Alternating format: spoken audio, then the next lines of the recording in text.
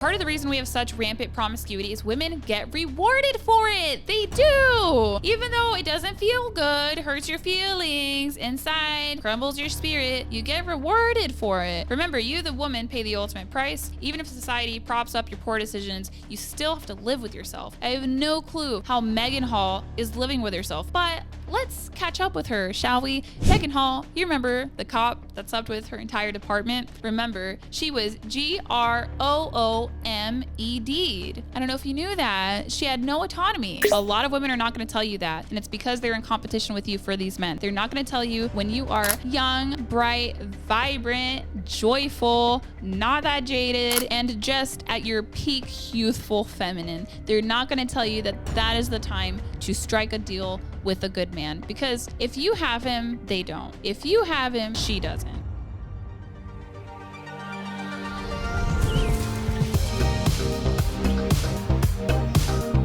Welcome back to the Femcast, where I do cultural commentary over here on the Real Femme Sapien YouTube channel. Today, I just want to start off by saying the verdict is in.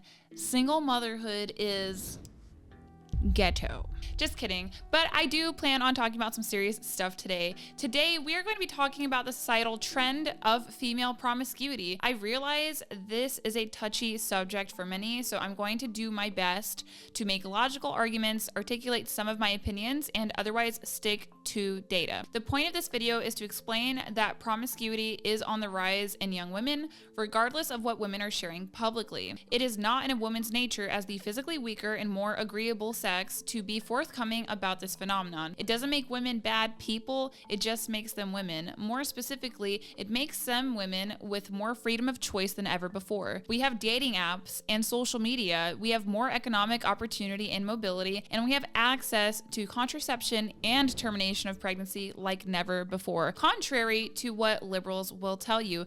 And the way that single motherhood fits into this is that single motherhood can only occur from one act, or one act in lots of contexts, right? But at the end of the day, it's a man and a woman hanging out naked and they make a baby. You get single motherhood from promiscuity, divorce, unprotected bedroom fun, and or premarital bedroom fun. That's the only way you ladies can get there. And it's really important to talk about single motherhood from the context of how does it impact the children, less of how it impacts the women. As somebody who grew up in a single mother home, I never imagined that when I would come out and start speaking about what is so detrimental of that lifestyle, I never thought that grown women would be telling me to be quiet for the sake of women. They're not telling me to be quiet for the sake of children. They're telling me to be quiet for the sake of unwise and or selfish mothers. And I don't think that that's acceptable or appropriate, because what I talk about, what I've experienced in my life is just my experience. Being in a single mother home, I moved around a lot and I met a lot of kids in the city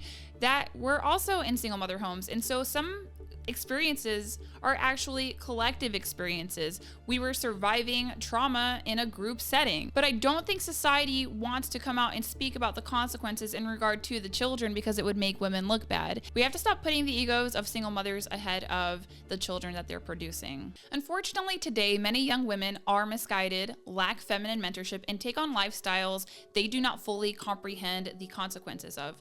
One of these lifestyles being promiscuity. As a disclaimer, I would like to state that my critique of promiscuity being a maladaptive behavior does not in any way mean I don't think promiscuous women can change for the better. Anyone can change, but the reality is most people don't. This is precisely why I continue to advocate for people to seize their 20s versus being lackadaisical and hoping for a Hail Mary in their 30s. Everyone loves an underdog story, but it's just that. A story. We only see successful underdogs on screen. Rarely do we know any underdogs who came out on top in real life and chose to turn their lives around in their 30s. Your 20s are meant to be a launch pad for the rest of your life. They're not meant to be squandered. My goal with this video is to get to young women before they find out for themselves that it's not fun to be the town bicycle after having devoted one of their most valuable chapters of life to the lifestyle. And it's not just the women that find this out, it is also their children that find out well, you know what? Having a mom that is a town bicycle, that didn't really go well for me. I'm telling you, there are people that I know, that I grew up with, who never really had a fighting chance at life. What chance do you really have at life if you're born to a single mother who's also a teen? I mean, really, how are you supposed to overcome that? And that kind of woman is just so young that they will make a lot more selfish decisions, I believe, than a woman who is older and a single mother. Although you guys can debate about that in the comment section down below, but they do feel like their life has been stolen from them. So I just want to bring awareness to this so that we can do something about it, and to let young women know that you don't have to live like that. You don't have to do that. You can be discriminatory with your bedroom fun practices. I recommend that you are more discriminatory about who you let in because of the implications of that. For argumentation's sake, when I use the word promiscuous, I want to be clear, I am not referring to serial monogamy. I am specifically talking about women engaging in situationships, which is a euphemism for getting smashed and dashed by men, and not all men, but a select small pool of men. Ladies, if you're watching this and you don't know what I'm talking about because you keep getting played by men, I want you to think in your mind, do you really notice ugly or unattractive men, or do they seem kind of invisible to you? I am a loving wife and mother, but I have primarily only noticed the men in my life that I found to be attractive. That's not most men. It's actually a small percentage of men. So when we're complaining about how men are treating us in relationships, it's important to be mindful that we are talking about dateable and mateable men only, which is a perspective a lot of women don't have. You guys don't realize how many men y'all overlook, which I get it. You know, I don't want to be in a relationship with someone that I'm not attracted to. When I discuss these subjects online, I'm constantly berated. Therefore, I will lay out some points for you to come to your own conclusions. The inspiration for this video came from a post on X I recently made that went viral, that is still going viral as we speak. The post states, for anyone who is out of touch with modern dating, 20 is considered a low number of men for a woman to have slept with. Hope that helps.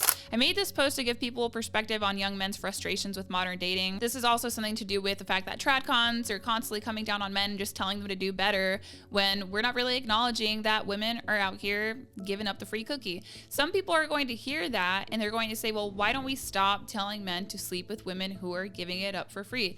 And to that, I have to say, have you ever met a young man who is full of testosterone, more precisely 17 times to 75 times the amount of testosterone a young woman has? If women are giving up the cookie for free, men are going to gladly take it. They're gonna gladly be like, mom, thank you so much. Cookie crumbs on the face. Sorry, that might be graphic, I'm sorry.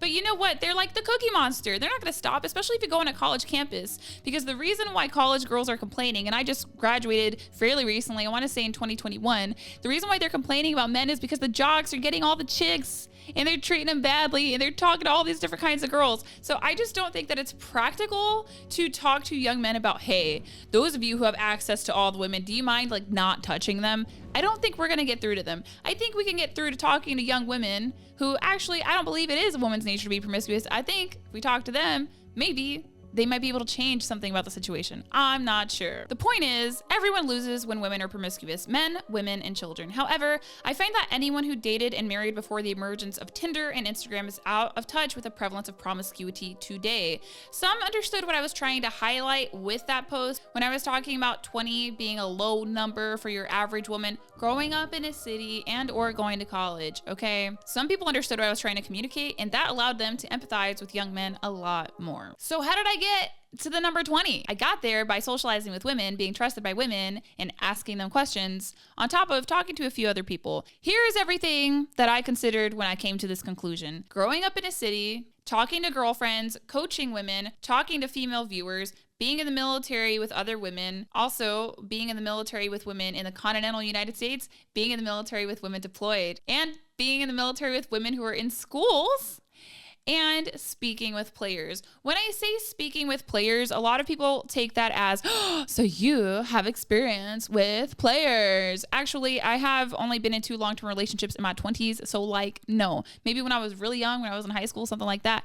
But when you work in the military, you get exposed to a lot of different kinds of men in general. And when you talk to these different kinds of men, you actually can ask some important questions or questions that most people are afraid to ask. So when I talked to players, I came back with a lot of information and insights on women. And if I'm being honest, in a co-ed workplace, I would rather work alongside a man who has experience with women versus a man who doesn't, because a man that doesn't have experience with women tends to pedestalize or demonize women, whereas like a man that's been around the block, I hate to say it like that, but a man that's been around the block can lend you a lot more human grace as a coworker. Women often won't tell a man how many men they've slept with, whatever that metric means. Keep in mind, women can sometimes alter their definition of what qualifies of having a man on their list of men they've slept with. Yes, some young women consumed by the culture regard this as a small number, sadly, referring to the number 20. I could tell you the highest numbers I have heard, and it's not looking good out there, guys. It's not looking good. Most find the subject of female promiscuity uncomfortable, but I don't. I grew up in a city where Thundercats are a dime a dozen. Thundercats were the rule, not the exception. If you're new here,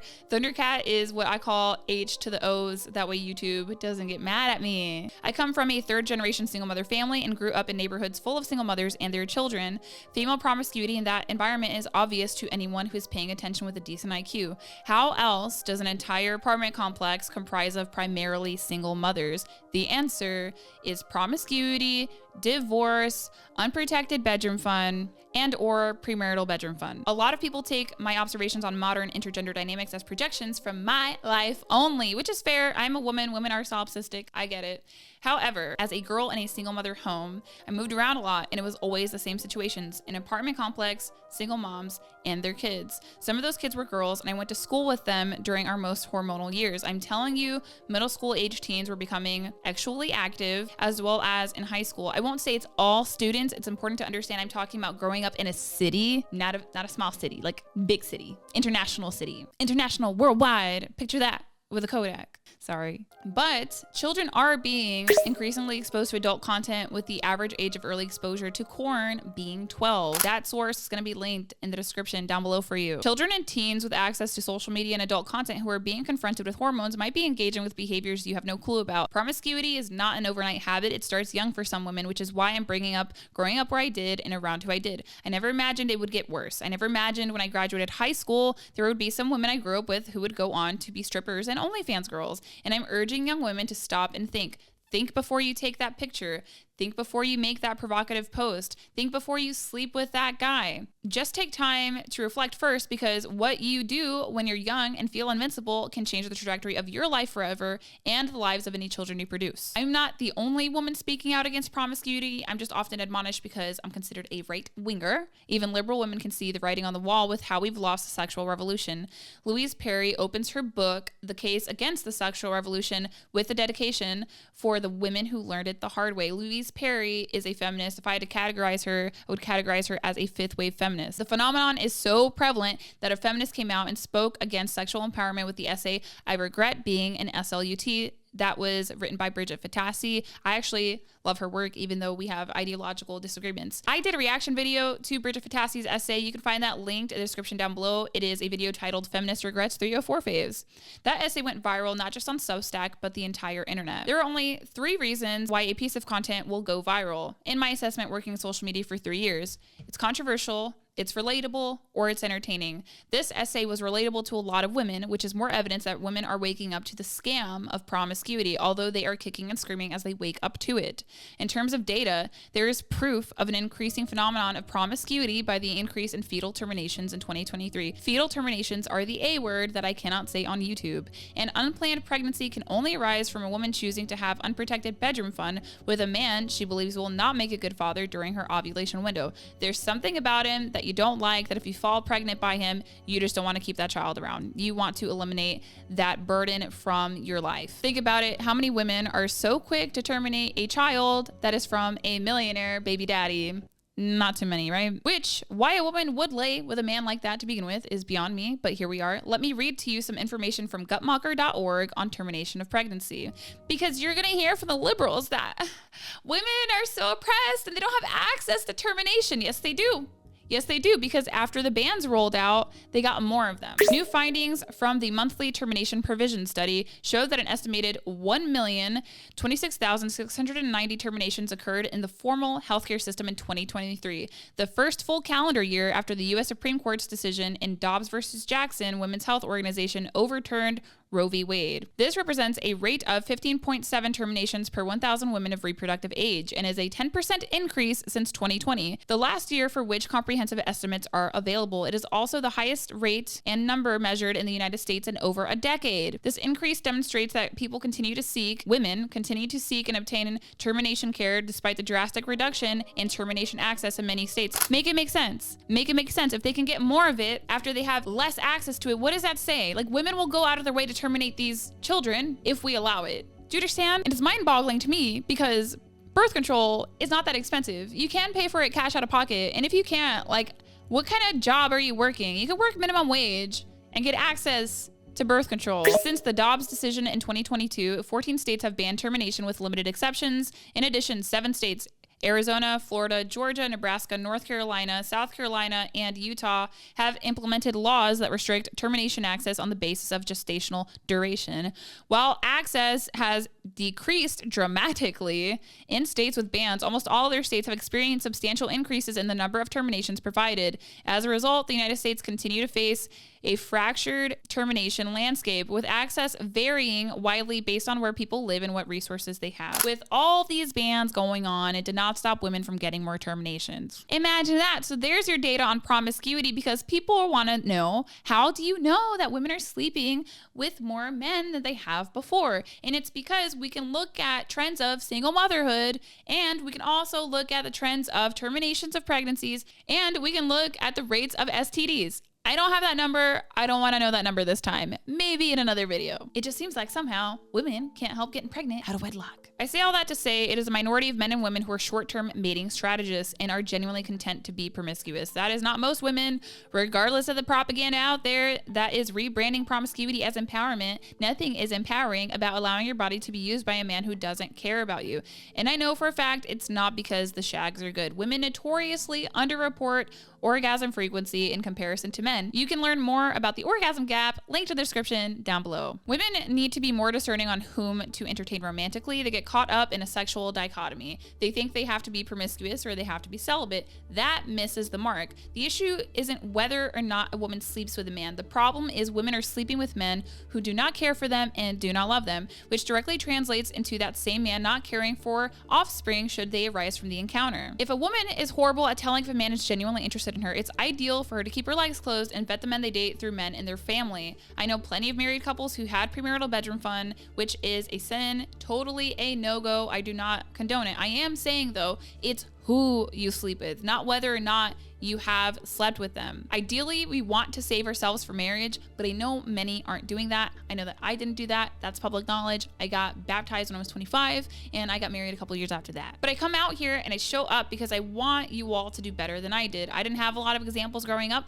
No one ever talked to me about chastity, and all the women around me were clearly not practicing it. There were a lot of behaviors I did performatively to fit in as a young woman, and I never needed to. This was a completely foreign thought to me that I could go against the grain. Remember, women are more agreeable. They want to fit in with other women. And so if all the other women that are around them are saying, this is what we're doing, we're just having fun, you're like, okay, well, I should have fun too. And then you're going to go out and you're like, try to have the fun. And then you're going to come back and be like, that's not fun at all. Something is wrong with you guys. But I am very fortunate to have had that realization at 19 instead of 30, which is what I want for young women. I know that's not every woman's experience.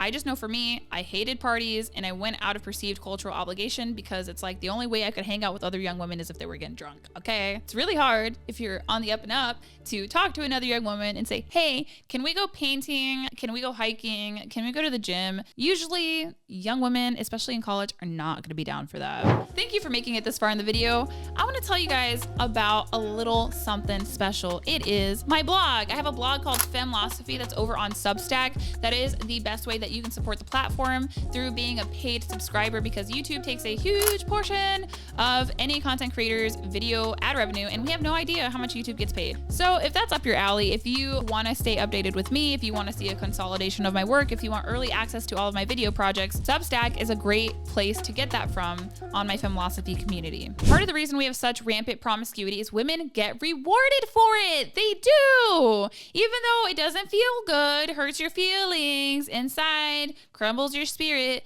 you get rewarded for it. Remember, you, the woman, pay the ultimate price. Even if society props up your poor decisions, you still have to live with yourself. I have no clue how Megan Hall is living with herself, but let's catch up with her, shall we? Megan Hall, you remember the cop that slept with her entire department? Remember, she was GROOMED. I don't know if you knew that. She had no autonomy. Ex-Tennessee cop Megan Hall, fired over bedroom fund tris with 6 other officers, settles federal lawsuit that will cost the city a whopping $500,000. Can you imagine being a taxpayer in that city that because this harlot, with the corroboration of her male co-workers, because those guys fumble the play too. Stop dipping the pen in company ink. Stop it. You're ruining people's lives. Like, please. Please. But with the help of her 6 boneheaded co-workers, she was able to get taxpayers to pay her $500,000. I could understand if people didn't want female cops anymore after this. So yes, she literally got paid to be the most depraved woman ever and humiliate her husband and herself. Okay. I started on this arc of deep diving into this topic because of an essay that I wrote a couple weeks ago. This was the same time that Nala, the OnlyFans girl, she converted, and it was just really frustrating to see the Christian response. It wasn't frustrating that she converted. Glory be to God. That's amazing. He can take anyone's story and use it for good.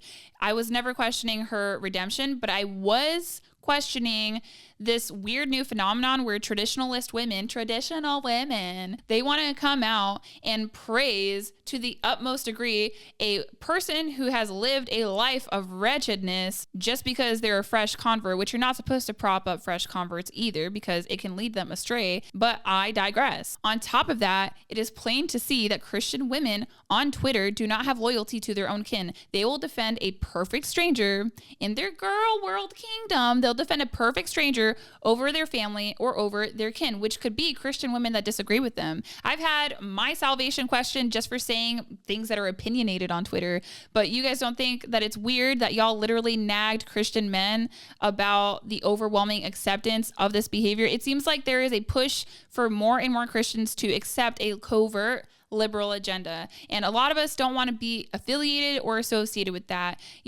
Part of the issue with promiscuity is that a lot of women who would be sent off to a nunnery are now with the primary congregation. And so this is presenting a lot of mating issues for young men who they don't want to be marrying women like that. They don't feel like the church has good women to offer them. So again, not saying that people cannot change their lives, not saying that people cannot be redeemed. It just was obvious that Christian women will elevate a fresh convert who is leaving a life of depravity over Christian women that they disagree with who favor a patriarchal structure. Like, that much was clear. So if I had quit OnlyFans and professed Jesus, the Christian women on Twitter would have been nicer to me. Let that sink in. So that started with this essay that I wrote on Reformed women. When I say Reformed, I do not mean Calvinist and all of those solas that I want nothing to do with. Thoughts on Reformed women. It is great some women are waking up to hypersexual propaganda and choosing a new path. However, I think this neglects a darker truth. It is an incredibly unwell woman who becomes hypersexual in the first place.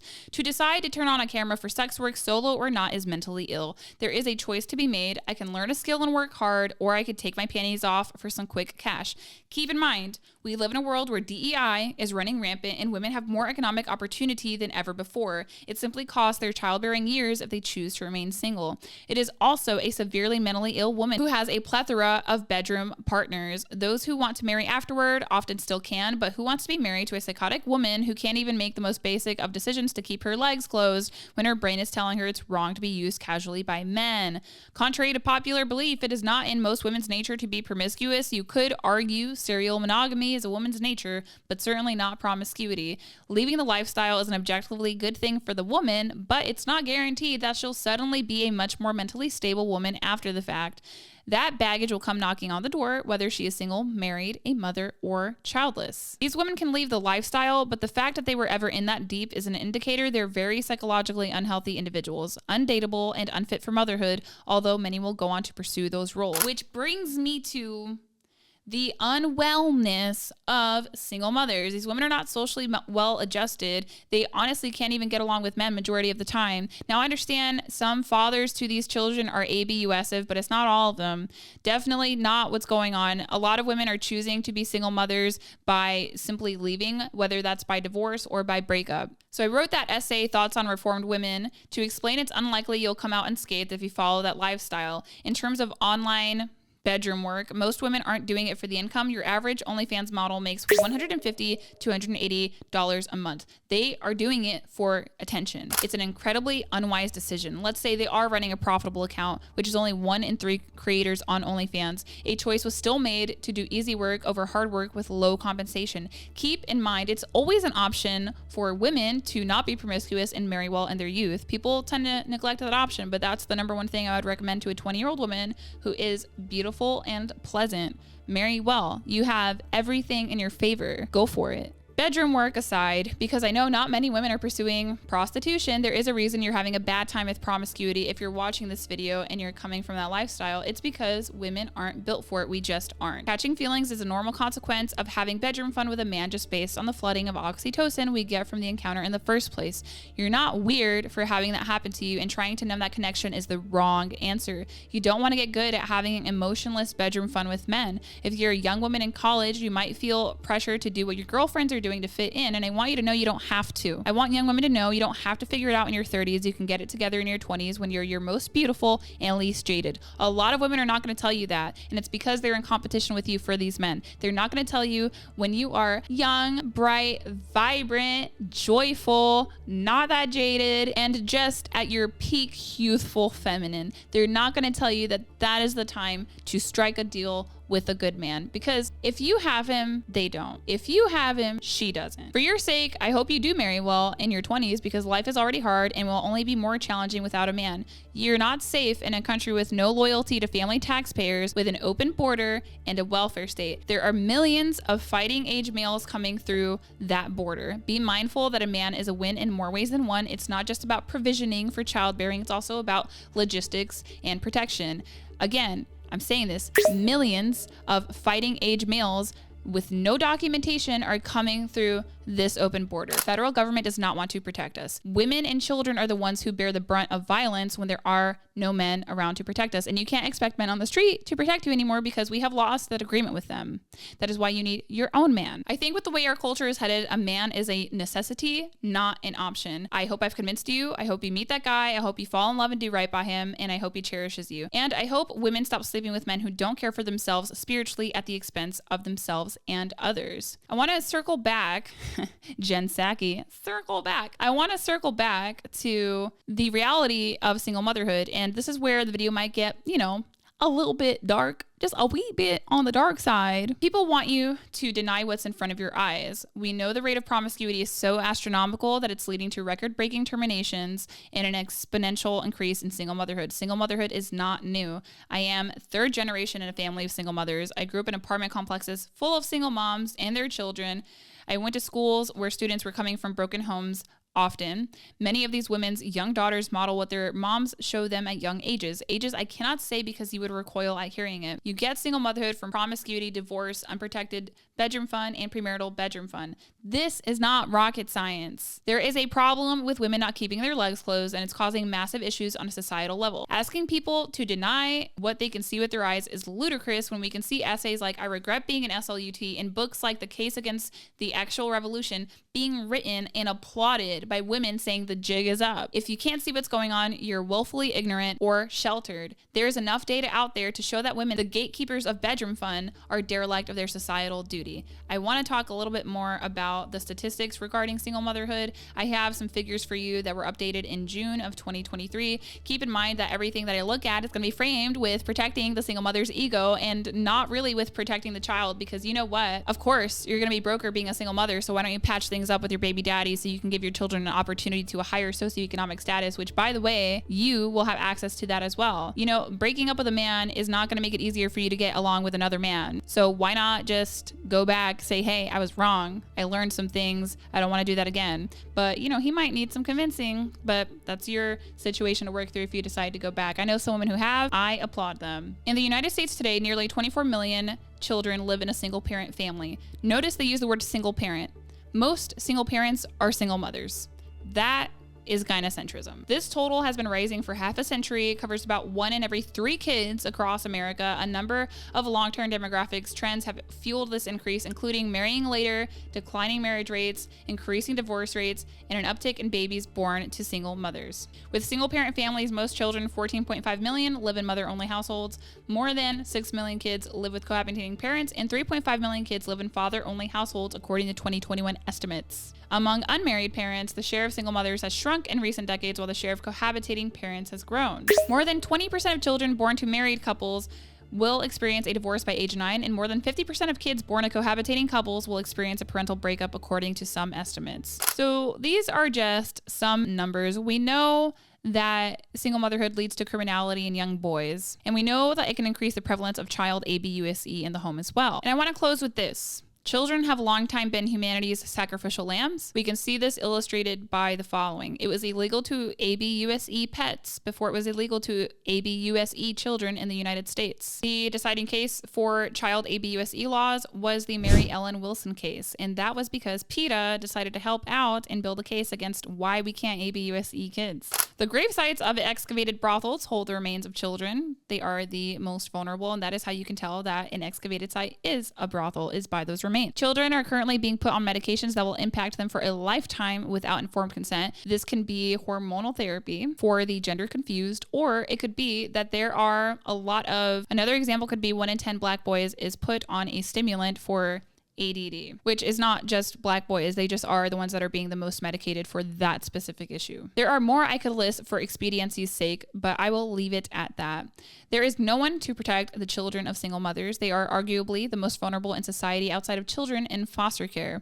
Below are some common occurrences for children of single mothers that I was able to observe in my life. Molestation, physical ABUSE, parentification, emotional neglect, forced stepdaddery. Contrary to popular belief, not every kid in a single mother home wants a stepdad, but there are some moms that will kind of force a stepdad relationship on the child, which is, it's beyond me. It's unnatural. You should stop pressuring your kids to do that. It's inappropriate. If they don't want a relationship with a man that's not biologically related to them, why do you need to force it? Like, maybe you should just break up with him because there's a reason why your kids don't like him. Witnessing DV, being expected to help your parents before yourself, that's something along the lines of, well, you need to get a job and help support the family, or you need to get a job for X reason. I can't pay for this, but then you can see the spending habits of the mother, which are very undisciplined. A lot of single mothers call fathers of their children sperm donors, which negatively impacts the self-esteem of their children or child. And parental alienation. I have seen on a few occasions a woman making up a confabulation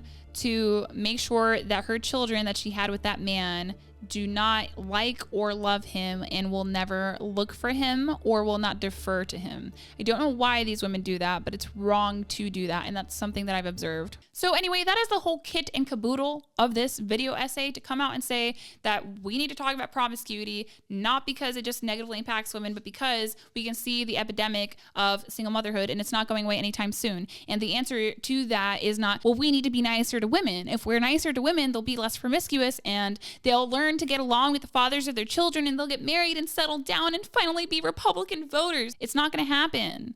But maybe if we have plain conversations like this, we can get through to a handful of women, and maybe they'll make a choice for a better life, not just for themselves, but for their children. And also, hey, you know what?